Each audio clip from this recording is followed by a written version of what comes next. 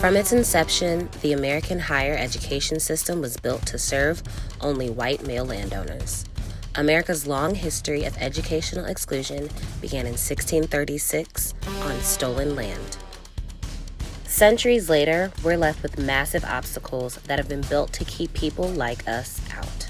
Although students of color, women, and students with disabilities have successfully pursued higher education through unnecessary and oftentimes nearly insurmountable odds, champions for equity are now demanding inclusion and change.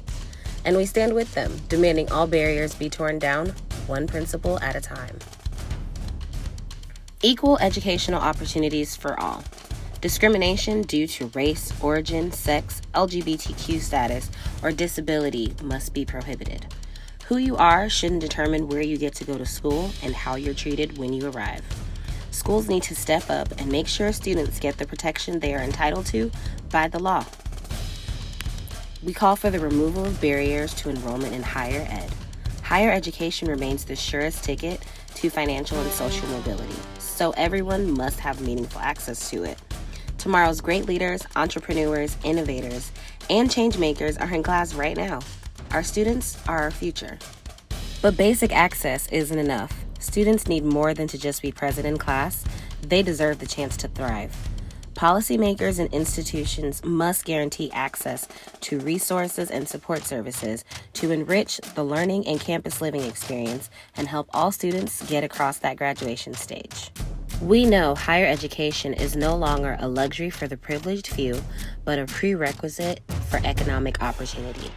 Even with grants, federal funds, and pennies pinched, far too many students still have to resort to taking out large loans. It is beyond time for policymakers and institutions to make sure that higher education is affordable. Without good data, poorly informed decisions are made. Every student must be accurately counted so that policymakers and institutions can make better decisions with all students in mind. Low-quality degrees and massive price tags. Our students cannot afford an investment in their education to be a game of roulette.